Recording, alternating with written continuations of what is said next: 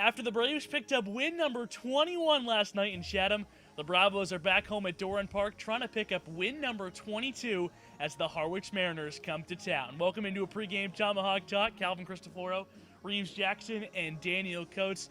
And Daniel, last time the Braves played this Harwich team, they scored 10 runs, 6 of those coming in the 9th inning. But since then, this Braves offense has slowed down. Just 2 runs against Falmouth, 4 runs against Orleans, and then just 2 last night against Chatham. So how do the Bravos get back to scoring in that 9-10 clip that they were before those past 3 games? Yeah, and to be honest, I don't know. And, we've been on and off. I think the lineup is fairly set.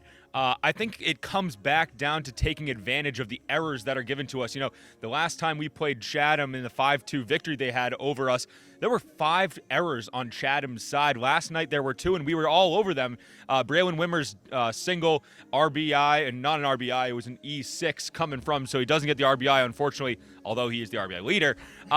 But I think we just need to take advantage more of the errors and the mistakes that the other team is making. As far as the bottom of the order, they've slowed down a bit. Colby Thomas has cooled off from his hot streak last week, so looking for him to get back in action tonight. Yeah, Colby Thomas had the off night last night. The Braves only scored 2 runs. You mentioned Braylon Wimmer. An error scored as a run scored on that ball to shortstop hit by Braylon Wimmer, and then Zach Agnos with the only other run on a solo shot. But the Braves won because the pitching was once again sensational. Michael Sansone dominant once again. Today the ball goes to Jordan Patty, who's coming off his best appearance of the season, 5 scoreless innings. Last time he towed the rubber, that was here against Katuitt. So how does he emulate that performance today?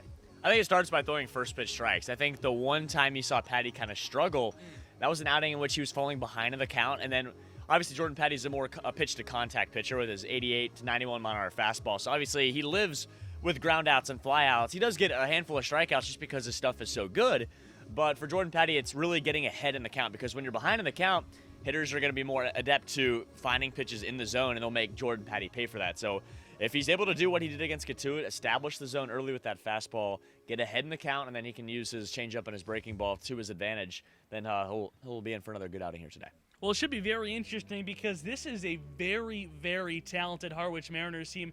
9 All-Stars, just like the Braves, that led the league. But it should be a good one here at Doran Park. It's the final game of the 4-game series between the Bravos and the Mariners. The Braves looking to go 3-0-1 against Harwich this season. First pitch is set to start at 6 before the Bravos will get you rolling at 5:40. But until then, as always, go Braves.